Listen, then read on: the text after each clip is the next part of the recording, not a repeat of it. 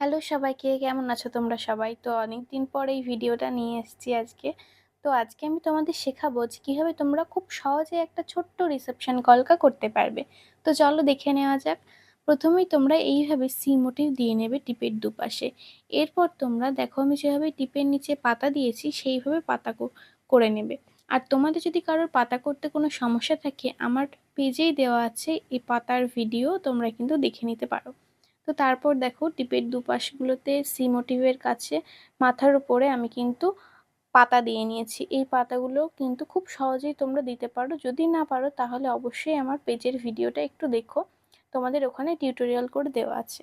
তো দেখো তারপরে আবারও সি মোটিভ দিয়ে পাতা দিয়ে আমি কমপ্লিট করেছি কলকাটা, এবং দুটো ডটও অ্যাড করেছি। তোমরা চাইলে ডট দুটো নাও দিতে পারো, তবে এটা আমি দিয়েছি, খুব ভালো লাগছিল দেওয়ার পরও।